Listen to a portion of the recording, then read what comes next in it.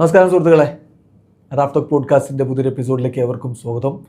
Cristiano റൊണാൾഡോയുടെ സംഘം ഇന്ന് കളിക്കാനിറങ്ങുകയാണ്. എതിരാളികൾ ഏഷ്യൻ ടീമായ ഉസ്ബെക്കിസ്ഥാനാണ്.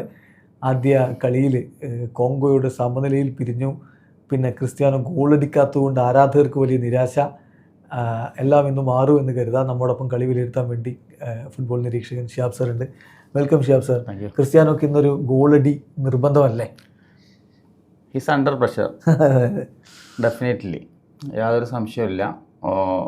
ഫാൻസുകാർ പ്രതീക്ഷിക്കുന്നുണ്ട്, ടീം കോച്ച് പ്രതീക്ഷിക്കുന്നുണ്ട്, ലോകത്താകമാനുള്ള ഫുട്ബോൾ ലവേഴ്സ് ഒക്കെ പ്രതീക്ഷിക്കുന്നുണ്ട് ക്രിസ്ത്യാനോയിൽ നിന്ന് ഒരു ഗോൾ എന്ന് പറയുന്നത്. അപ്പോൾ ക്രിസ്ത്യാനോയെ സംബന്ധിച്ചിടത്തോളം ഒരു അഡ്വാൻറ്റേജ് എന്ന് പറയുന്നത്, ക്രിസ്ത്യാനോ ആക്ച്വലി എന്താ പറയുക, പോർച്ചുഗൽ ടീമിൻ്റെ ഒരു പ്രതിഭാധനരായിട്ടുള്ള പ്ലെയേഴ്സാണ്. ലോക ഫുട്ബോളിലൊക്കെ അത്രയും മികച്ച ക്ലബ്ബുകളിൽ കളിക്കുന്ന പ്ലെയേഴ്സ് ക്രിസ്ത്യാനോക്ക് ചുറ്റുണ്ട് എന്നുള്ളതാണ്. സ്വാഭാവികമായിട്ടും ക്രിസ്ത്യാനോക്ക് ഒരുപക്ഷെ നല്ല രീതിയിലുള്ള പൊസിഷനിൽ ഒരു ഗോൾ കിട്ടിയിട്ടുണ്ടെങ്കിൽ ഫിനിഷ് ചെയ്തിട്ട് ഗോൾ അടിക്കാവുന്നതേ ഉള്ളൂ എന്നുള്ളതാണ്.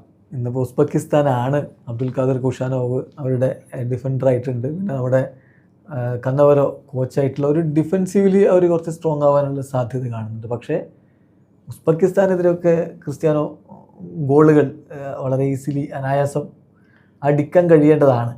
ഒരു പാസ്റ്റ് ഹിസ്റ്ററി ഒരു വിഷയം അതായത് കഴിഞ്ഞ 10 മത്സരങ്ങളിൽ, കഴിഞ്ഞ വേൾഡ് കപ്പും യൂറോ കപ്പും ഒക്കെ ആയിട്ടുള്ള ഇമ്പോർട്ടൻറ്റ് മാച്ചുകളിൽ ക്രിസ്ത്യാനോ ഗോൾ അടിച്ചിട്ടില്ല എന്നുള്ള ഒരു പ്രശ്നമുണ്ട്. അപ്പോൾ സ്വാഭാവികമായിട്ടും ക്രിസ്ത്യാനോയെ സംബന്ധിച്ചിടത്തോളം നല്ലൊരു പ്രഷറിൽ തന്നെയാവും. അപ്പോൾ കഴിഞ്ഞ പ്രാവശ്യം ഇത് മെസ്സിയെ സംബന്ധിച്ച് ലോകകപ്പ് ഇതേ നേടിയിട്ടില്ല, എങ്ങനെയെങ്കിലും നേടണമെന്നുള്ള പ്രഷറിൽ കളിച്ചുകൊണ്ടിരുന്നു. ഇപ്രാവശ്യം മെസ്സി കളിക്കുന്നത് വളരെ ഫ്രീ ആയിട്ടാണ്. അപ്പോൾ ക്രിസ്ത്യാനോയെ സംബന്ധിച്ചിടത്തോളം ഒരു ഗോൾ അടിക്കാത്തൊരു വിഷയം കുറച്ച് മത്സരങ്ങളിലായിട്ടുണ്ട്. സ്വാഭാവികമായിട്ട് എങ്ങനെയെങ്കിലും ഗോൾ അടിക്കണം, പ്രൂവ് ചെയ്യണം. അപ്പോൾ അത് കഴിഞ്ഞ കളിയിൽ മത്സരം നടന്നപ്പോൾ ബോഡി ലാംഗ്വേജ് വളരെ വ്യക്തമായിരുന്നു. ഹാഫ് ടൈമിന് വരുമ്പോഴും അതിനുശേഷം കളി കഴിഞ്ഞ് വരുമ്പോഴൊക്കെ വെച്ചെങ്കിൽ ഫ്രസ്ട്രേറ്റഡ് ആയിരുന്നു. അപ്പോൾ ഗോൾ അടിക്കുന്ന ഒരു ക്രിസ്ത്യാനോയാണ് എപ്പോഴും. ക്രിസ്ത്യാനോ എന്ന് വെച്ചെങ്കിൽ എന്താ പറയുക, ക്രിസ്ത്യാനോയെ സംബന്ധിച്ചിടത്തോളം എപ്പോഴും ആഗ്രഹിക്കുന്നു, ഇഷ്ടപ്പെടുന്നതും ഗോൾ അടിക്കുന്നതാണ്. അപ്പോൾ ഗോൾ അടിച്ചില്ലെങ്കിൽ മുപ്പരെ സംബന്ധിച്ചിടത്തോളം അതാണ് അതിൽ ഇൻട്രസ്റ്റിംഗ് ആയിട്ടുള്ള കാര്യം. ഗോൾ അടിക്കുന്ന ക്രിസ്ത്യാനോയാണ് ക്രിസ്ത്യാനോക്കും ആരാധകർക്കും ഇഷ്ടം. അതാണ് എൻ്റെ കാര്യം. അപ്പോൾ ഏതായാലും ഇന്ന് അതിനുള്ള വഴി ഉണ്ടാവും തന്നെയാണ് നമ്മൾ കരുതുന്നത്. പക്ഷേ സാറ് പറഞ്ഞൊരു കാര്യമുണ്ടല്ലോ, ക്രിസ്ത്യാനോ ലോകത്തെ ഏറ്റവും മികച്ച കുറേ താരങ്ങളോടൊപ്പം സറൗണ്ടഡ് ആയിട്ടുണ്ട്. പക്ഷേ ഈ ലോകത്തിലെ താരങ്ങൾക്കെതിരെ തന്നെയാണ് സോക്കോൾഡ് ഫാൻസ് പോയി തെറി വിളിക്കുന്നത്. അതിലെന്ത് കാര്യമാണുള്ളത്? ഇപ്പോൾ ഇവർ മനഃപൂർവ്വം പാസ് കൊടുക്കാത്തതാണ് എന്ന് പറയുന്നതിൽ അർത്ഥമുണ്ടോ? അത് നമ്മൾ ഇതൊരു ഇഗ്നറൻസ് എന്നുള്ള രീതിയിലേ പറയാൻ പറ്റുള്ളൂ, അജ്ഞതയാണ്. കാരണം ഇപ്പോൾ നമ്മൾ പറഞ്ഞിട്ടുണ്ട്, ഇപ്പോൾ ഈ ഒരു വേൾഡ് കപ്പിലേക്ക് വന്ന അതിന് മുമ്പുള്ള ഫ്രണ്ട്ലി മാച്ചുകളിൽ, വാമപ്പ് മാച്ചുകളിലും അതേപോലെ ക്വാളിഫയിങ് റൗണ്ടുകളിലൊക്കെ ഇതേ നാഷൻസ് ലീഗിലൊക്കെ ഇതേ പ്ലേയേഴ്സിനെ ചുറ്റിപ്പറ്റിയാണ്. അതേപോലെ തന്നെ കഴിഞ്ഞ യൂറോയിലൊക്കെ ഓൾമോസ്റ്റ് ഇതേപോലെ തന്നെ പ്ലേയേഴ്സിനൊപ്പമാണ് കളിച്ചിട്ടുണ്ടായിരുന്നത്. അപ്പോൾ സ്വാഭാവികമായിട്ടും ആ രീതിയിലുള്ളൊരു പ്രശ്നങ്ങൾ ഇല്ല എന്നുള്ളതാണ്. അപ്പോൾ നമ്മൾ അങ്ങനെയാണെന്നുണ്ടെങ്കിൽ പ്ലേയേഴ്സ് ഈ കളിയൊന്നും കണ്ടിട്ടില്ല എന്നുള്ളതാണ് ഞാൻ ആലോചിക്കുന്നത്. നമ്മൾ കണ്ടതാണ്. അതേപോലെ തന്നെ അവർ ഗോൾ അടിച്ചും ഗോൾ അടിപ്പിച്ചതും അതേപോലെ തന്നെ പരസ്പരം സഹകരിച്ചും സന്തോഷിക്കും എന്നൊക്കെ നമ്മൾ കണ്ടതാണ്. സ്വാഭാവികമായിട്ട് ഒരു പെർട്ടിക്കുലർ ഒരു കളിയിൽ മാത്രം നമ്മൾ ഗോൾ അടിക്കാത്തത് കൊണ്ടും അല്ലെങ്കിൽ അവരിൽ നിന്ന് പാസ് കിട്ടിയില്ല എന്നുള്ളത് കൊണ്ടും ഒരുപക്ഷെ മറ്റുള്ളവരെ മുഴുവൻ പഴിച്ചാരുക എന്ന് പറയുന്നത് ഒരിക്കലും നമ്മൾ അർത്ഥമില്ല. അപ്പോൾ അതിലൊരു കാര്യമുള്ളത്, ഇന്നലെ കോൺസിസാവ് പറഞ്ഞൊരു കാര്യമുണ്ട്, ഞങ്ങൾക്ക് ക്രിസ്ത്യാനോക്ക് പാസ് കൊടുക്കാൻ ഞങ്ങൾക്ക് ബാധ്യതയില്ല. അതായത് എല്ലാ ബോളും ക്രിസ്ത്യാനോക്ക് പാസ് ചെയ്യുക എന്നുള്ളതല്ല. എനിക്ക് ബോൾ കിട്ടുമ്പോൾ, എൻ്റെ എക്സാമ്പിൾ എന്ന് പറഞ്ഞിട്ട് കോൺസിസാവ് പറയാണ്, ആരാണോ ഏറ്റവും നല്ല പൊസിഷനിലുള്ളത് അയാൾക്ക് പാസ് കൊടുക്കാനാണ് നോക്കുക. അതൊരു സ്പ്ലിറ്റ് സെക്കൻഡിൽ സംഭവിക്കുന്ന കാര്യമാണ്. അത് ഇന്ന ആളാണോ നോക്കിയിട്ട് അയാൾക്ക് കൊടുക്കണ്ട, ഇയാൾക്ക് കൊടുക്കാമെന്ന് വിചാരിക്കുന്നതല്ല എന്ന് പറയുന്നുണ്ട്. അപ്പം ക്രിസ്ത്യാനോക്കൊപ്പം ഒരു 1-2 ഡിഫൻഡർമാർ എപ്പോഴും ഉണ്ടാവും. അതുകൊണ്ട് തന്നെ അദ്ദേഹത്തിന് ബോൾ കൊടുക്കുമ്പോൾ അത് ഡിസ്പോസ് ആവാനുള്ള സാധ്യത കൂടുതലുണ്ട് എന്ന് കരുതിയിട്ടൊക്കെയാണോ ഈ പാസുകൾ കുറയുന്നു പറയുന്നത്? അല്ല, അത് ഇപ്പോൾ നമ്മൾ ടീമുകൾ നമ്മൾ എന്താ പറയുക, മുമ്പൊക്കെ ചില ടീമുകൾ, ഇപ്പോൾ ഒരു ടീമിൽ വലിയ ഒരു സൂപ്പർ സ്റ്റാറുകൾ, ഇപ്പോൾ ഒരു നോർവേ എന്നെ സംബന്ധിച്ചിടത്തോളം, നോർവേ എന്ന് പറയുന്നത് ഹാളണ്ടിനെ ചുറ്റിപ്പറ്റിയാണ് ടീമുകൾ ഒരുപക്ഷെ അവർ കളി മെനയുന്നതും ഒരുപക്ഷെ രൂപപ്പെടുത്തുന്നതും. അപ്പോൾ അങ്ങനെയുള്ള കേസുകൾ ഒരുപക്ഷെ ഒരു പെർട്ടിക്കുലർ പ്ലെയറിലേക്കൊക്കെ ചിലപ്പോൾ കോൺസെൻട്രേറ്റ് ചെയ്ത് പോയേക്കാം. പക്ഷേ ഇപ്പോൾ നിലവിലെ കേസിൽ ക്രിസ്ത്യാനോയും അതേപോലെ പ്രൈം ടൈമിൽ ഒരു ടൈമിൽ അതേപോലെ തന്നെ ഇതേപോലെ പ്ലെയേഴ്സൊന്നും ഇല്ലാതിരുന്നത്, അത് മിഡ്ഫീൽഡും ഡിഫൻസും ഇതുപോലെ അത്രമാത്രം സ്ട്രോങ് ആതിരുന്ന ടൈം ഉണ്ടായിരുന്നു പോർച്ചുഗൽ ഇടക്കാലത്ത് വന്നിരുന്ന. ആ ടൈമിൽ ഒരു പക്ഷേ ക്രിസ്ത്യാനോയ്ക്ക് കൂടുതൽ ഫോക്കസ്ഡ് ആയിട്ടുള്ള രീതിയിലേക്കൊക്കെ കളിതന്ത്രങ്ങളൊക്കെ മെനഞ്ഞിട്ടുണ്ടാവും. ക്രിസ്ത്യാനോയിലേക്ക് എങ്ങനെയെങ്കിലും ബോൾ എത്തിച്ചിട്ട് ഗോൾ അടിപ്പിക്കുക എന്നുള്ള രീതിയിലൊക്കെ വന്നിട്ടുണ്ടാവും. പക്ഷെ നിലവിലെ സാഹചര്യത്തിൽ ക്രിസ്ത്യാനോ എന്ന് പറയുന്നത് ഒന്നുകൂടി വളരെ വീക്കാണ്. അപ്പോൾ അതേപോലെ പഴയ രീതിയിലുള്ളൊരു കളി മെനയാനും അതേപോലെ തന്നെ ഇപ്പോൾ ഒരു ക്രിസ്ത്യാനോ സംബന്ധിച്ച് നിലവിൽ ഏറ്റവും ഒരു ആപ്റ്റായിട്ടുള്ള പൊസിഷൻ എന്ന് പറഞ്ഞാൽ സ്ട്രൈക്കിംഗ് പൊസിഷനാണ്. ഒരു സ്ട്രൈക്കർ എന്നുള്ള രീതിയിൽ നിർത്തുക എന്നുള്ളതാണ്. അപ്പം അങ്ങനത്തെ രീതിയിൽ ഇപ്പോൾ കൺസസാവ് പറഞ്ഞതിൽ കാര്യം തന്നെയാണ്. അപ്പോൾ അവർ തരുന്ന ഏറ്റവും മികച്ച പൊസിഷൻ ക്രിസ്ത്യാനോ ആണ് സ്ട്രൈക്കിംഗ് പൊസിഷനിലുള്ളത്. അവിടെ കൊടുത്താൽ മതി, കൂടുതലായുള്ള സമ്മർദ്ദമൊന്നും ഞങ്ങൾക്കില്ല. അപ്പോൾ വേറൊരാളാണ് അവിടെ ഫിനിഷ് ചെയ്യാൻ പാകത്തിലുള്ളത്, ആൾക്ക് ബോൾ സപ്ലൈ ചെയ്യുക എന്നുള്ളതാണ്. അതാണ്. അപ്പോൾ ഇതിൽ കോച്ച് പറയുന്ന ഒരു കാര്യം കൂടി ഉണ്ട്.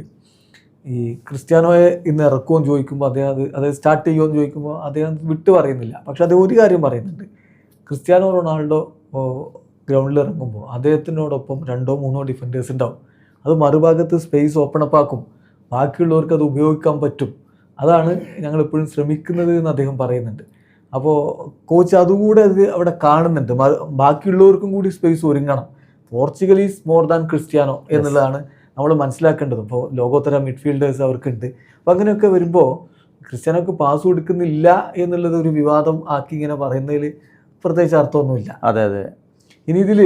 ഇനിയിപ്പം ഇന്നത്തെ കളിയിൽ നമ്മൾ പ്രതീക്ഷിക്കുന്ന ഒരു കാര്യം എന്ന് പറഞ്ഞാൽ ക്രിസ്ത്യാനോ റൊണാൾഡോയോടൊപ്പം ഇരു പാർശ്വങ്ങളിലായിട്ട് ഒന്ന് റാഫേൽ ലിയാവോയും കോൺസെസാവോയും ഇറങ്ങാനുള്ള സാധ്യത ഉണ്ടോ, അതല്ല ജാവോ ഫെലിക്സിന് ഉപയോഗപ്പെടുത്തുമോ എന്നുള്ളതാണ്. ജാവോ ഫെലിക്സ് ഒന്നുകൂടി ലോങ് റേഞ്ച് ഷോട്ടുകൾക്കൊക്കെ ഒന്നുകൂടി കപ്പാസിറ്റി ഉള്ള ആളാണ്. അപ്പോൾ നമ്മൾ ടൈറ്റ് ഡിഫൻസ് ഒക്കെ ആണെന്നുണ്ടെങ്കിൽ നല്ല രീതിയിൽ ബോക്സിൻ്റെ പുറത്തുനിന്നൊക്കെ ഷോട്ടുകൾ, കോൺസെസാവും അങ്ങനത്തെ രീതിയിലുള്ള ഗോളുകളൊക്കെ അടിച്ചിട്ടുണ്ട്. കോൺസെസാവോ ഒരു ഭാഗത്ത് റൈറ്റ് വിങ് ആയിട്ട് ഉണ്ടാവും എന്ന് എനിക്ക് തോന്നുന്നത്. വേഗത്തിൽ ഒന്നുകൂടി വിഗറസ് ആണ്, നല്ല രീതിയിൽ കൂടുതലായിട്ട് പെട്ടെന്ന് നീക്കങ്ങളും അതേപോലെ തന്നെ കയറാൻ കഴിയുന്നൊരു പ്ലെയറാണ്. പിന്നെ അവിടെ ലെഫ്റ്റ് വിങ്ങിലാണ് നെറ്റോയോ അതേപോലെ തന്നെ റാഫേൽ ലിയാവോ തുടക്കത്തിൽ ഇറക്കുമോ എന്നുള്ളത് ചിലപ്പോൾ എനിക്ക് തോന്നുന്നു. ചിലപ്പോൾ ഇവരുടെ ഡിഫൻസിൽ താളം തെറ്റിക്കാൻ വേണ്ടിയിട്ട് ചിലപ്പോൾ ഇറക്കിക്കൂടായി എന്നില്ല, അദ്ദേഹത്തിന്റെ വേഗതയൊക്കെ ഉപയോഗപ്പെടുത്താം എന്നുള്ളതാണ്. പിന്നെ ജാവോ ഫെലിക്സ് ആണെങ്കിൽ ഒരു നമ്പർ 10 ആയിട്ട് ഇറക്കാനാണോ സാധ്യത അല്ലേ? പല്ലസറിലൊക്കെ കുറെ അങ്ങനെ അദ്ദേഹം കളിക്കുന്നത് നമ്മൾ കണ്ടിട്ടുണ്ട്.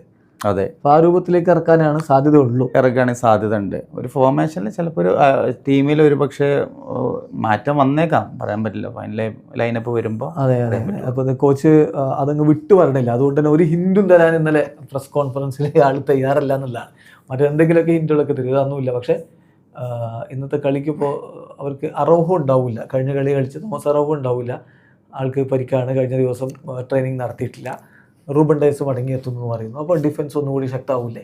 തീർച്ചയായിട്ടും ഡിഫൻസ് റൂബൻ ഡയസിൻ്റെ ഒരു വരവോട് കൂടിയിട്ട് തീർച്ചയായിട്ടും ക്യാൻസലോ ഡിഫൻസ് റൈറ്റ് വിങ്ങിൽ ഒന്നുകൂടി ക്യാൻസലോ തന്നെ ആവുമെന്നാണ് വിചാരിക്കുന്നത്. ക്യാൻസലോ ഒന്നുകൂടി കയറി കളിച്ചു ഒരു ആക്റ്റീവായിട്ട് കളിക്കുന്ന ഒരാളാണ് ക്യാൻസലോ. അതേപോലെ തന്നെ കഴിഞ്ഞ മത്സരത്തിന് കുറേ കോൺട്രിബ്യൂഷൻ ഉണ്ടായിരുന്നു, ക്യാൻസലോയുടെ ഭാഗത്തുനിന്നുണ്ടായിരുന്നു. അപ്പോൾ ആ രീതിയിലുണ്ടാവും. പിന്നെ ഡിഫൻസ് ഒന്നുകൂടി റൂബൻ ഡയസിന്റെ വരവോട് തീർച്ചയായിട്ടും ഡിഫൻസ് ഒന്നുകൂടി സ്ട്രോങ് ആവും എന്നുള്ളത് തന്നെയാണ്. അപ്പോൾ വൈകയും ചേർന്ന് സെൻട്രൽ ബാക്ക് മാറാവാനുള്ള സാധ്യത എന്താ? ആരൊക്കെയാ? വൈക അതുപോലെ ഡയസ്, ആ ഒരു സാധ്യതയല്ലേ കൂടുതൽ? അങ്ങനെ തന്നെയാണ് സാധ്യത. മധ്യനിരയിൽ പിന്നെ സംശയങ്ങളില്ല. ജാവോ നവസ്, ബ്രൂണോ ഫെർണാണ്ടസ്, വിറ്റിഞ്ഞ ലോകോത്തര മിഡ്ഫീൽഡാണ്. അതിന്റെ ഫലം ഒന്ന് കാണണം. കാരണം കഴിഞ്ഞ കളിയിൽ കൂടുതൽ പ്രതീക്ഷിക്കുന്നുണ്ട്. ബ്രൂണോ ഫെർണാണ്ടസ് കുറച്ചൊക്കെ കാര്യമായിട്ട് ഷോട്ടുകൾ പോസ്റ്റിലേക്ക് തീർക്കാനൊന്നും പറ്റിയിട്ടില്ല. പക്ഷെ എന്നാലും കുറെയൊക്കെ എന്തെങ്കിലും ചെയ്യാനൊക്കെ ശ്രമിക്കും. പക്ഷെ വിറ്റീഞ്ഞയ്ക്ക് കഴിഞ്ഞ മത്സരത്തിൽ കാര്യമായിട്ട് എന്ത് ചെയ്യാൻ പറ്റില്ല പ്രാവശ്യം. അത് മൊത്തത്തിൽ മിഡ്ഫീൽഡിന്റെ ഒരു അവസ്ഥ.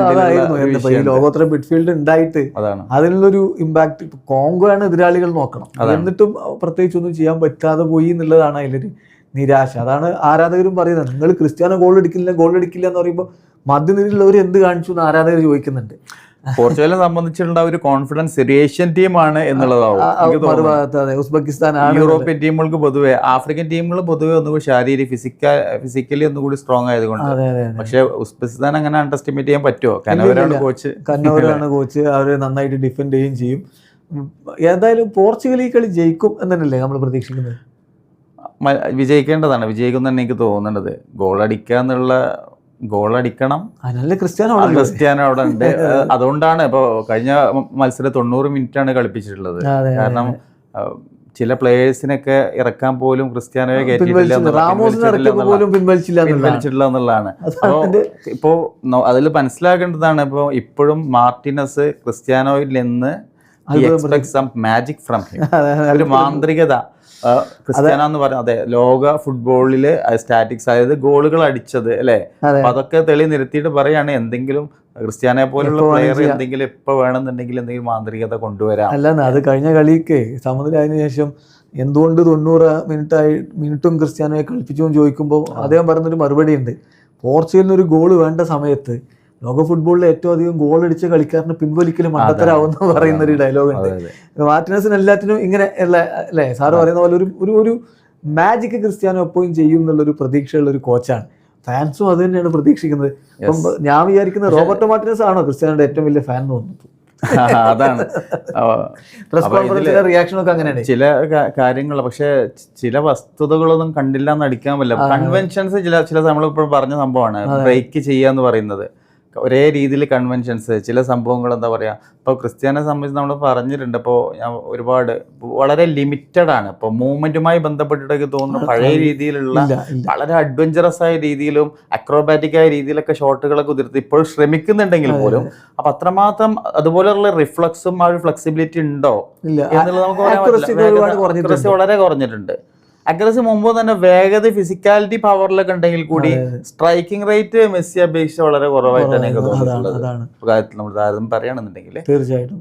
അപ്പോൾ ഇത് രണ്ട് തരത്തിലുള്ള കളിക്കാരാണെന്നുള്ളത് വേറെ കാര്യം, രണ്ട് തരത്തിലുള്ള. അതുകൊണ്ടാണ് പക്ഷെ ലോഞ്ചവിറ്റി എന്ന് പറയുന്നത് അവിടെ അതാണ് ഇമ്പോർട്ടൻ്റ് ആയിട്ടുള്ള കാര്യം. 41 വയസ്സായിട്ടും അയാൾ നിൽക്കുന്നു എന്നുള്ളതാണ്. ഇതൊന്നും നമ്മൾ ഇപ്പം ചില സുഹൃത്തുക്കൾ നമ്മൾ ഈ കാര്യങ്ങൾ വസ്തുതകൾ പറയുമ്പോൾ അത് ക്രിസ്ത്യാനോയെ താഴ്ത്തി പറയാൻ വേണ്ടി പറയുന്നതാണ്. അങ്ങനെയല്ല, ഇതിലെ കാര്യങ്ങൾ 8 ഗോളാണ് ക്രിസ്ത്യാനോ അടിച്ചെന്നുള്ളത് വസ്തുതയാണ്. വേൾഡ് കപ്പിൽ 8 ഗോളാണെന്നുള്ളത് വസ്തുതയാണ്.